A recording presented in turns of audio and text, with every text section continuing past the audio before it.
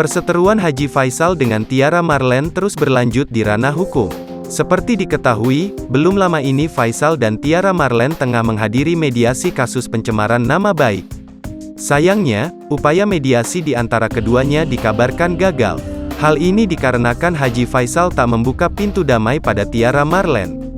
Dikutip dari tribunnews.com, Polres Metro Depok menggelar agenda mediasi antara Haji Faisal dengan Tiara Marlen pada Jumat, tanggal 1 Juli tahun 2022.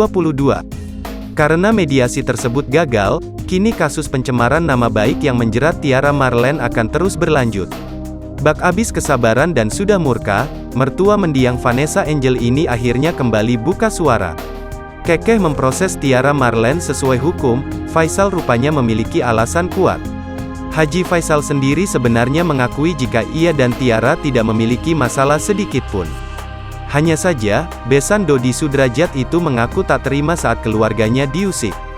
Seperti yang saya sampaikan selama ini, sebenarnya permasalahan saya dengan orang ini kan tidak ada, kata Haji Faisal saat ditemui di Polres Metro Depok, Jumat, tanggal 1 Juli tahun 2022. Saya tidak punya masalah, kenapa dia ikut campur? Itu kan menjadi tanda tanya besar bagi saya, lanjut Haji Faisal.